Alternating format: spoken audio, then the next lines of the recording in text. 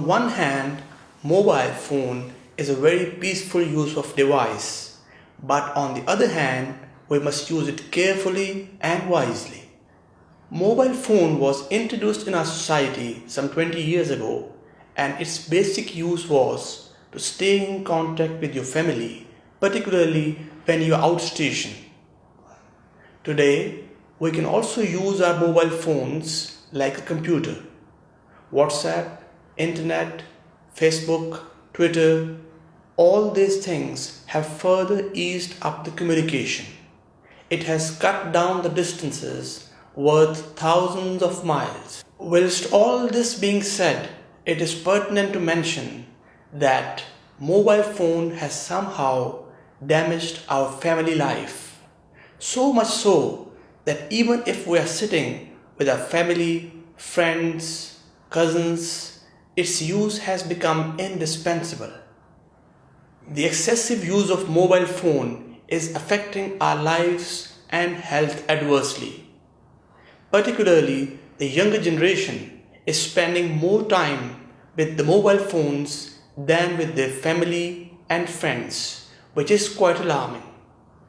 Late night chatting on mobile phone has been one of the very reasons for our bad health. As a conscious thinking being, whether we are 10, 20 or 40 years old, we know what is the good or bad use of mobile phone, or let it be any other thing. It is basically the innate know-how of good and bad within us before we came to this world. This know-how of good and bad, which is innate, is same in all religions, class and race. So dear viewers, do use mobile phone as and when needed for a good purpose. They say excess of everything is bad. In the end, we'd like to share a research by Dr. Martin from Columbia University, USA.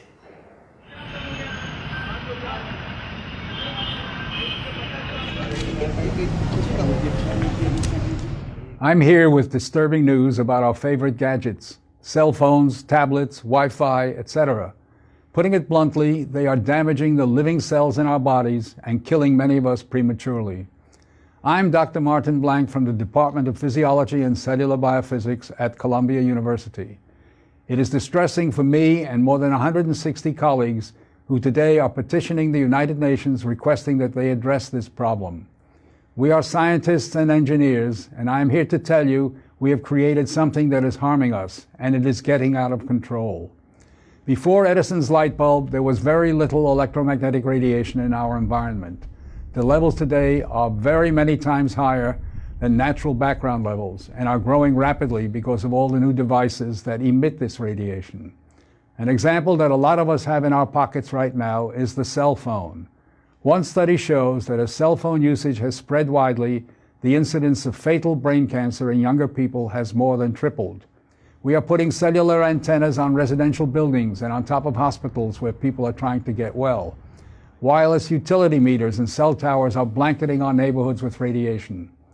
It's particularly frightening that radiation from our telecommunication and power line technology is damaging the DNA in our cells. It is clear to many biologists that this can account for the rising cancer rates. Future generations, our children, are at risk. These biologists and scientists are not being heard on the committees that set safety standards. The biological facts are being ignored, and as a result, the safety limits are much too high. They are not protective. More protection will probably result from full disclosure of possible conflicts of interest between regulators and industry. Rising exposure to electromagnetic radiation is a global problem. The World Health Organization and international standard-setting bodies are not acting to protect the public's health and well-being.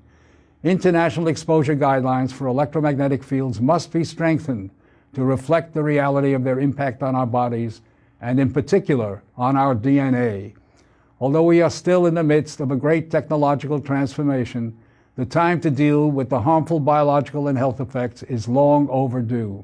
We are really all part of a large biological experiment without our informed consent. To protect our children, ourselves, and our ecosystem, we must reduce exposure by establishing more protective guidelines. And so today, scientists from around the world are submitting an appeal to the United Nations, its member states, and the World Health Organization to provide leadership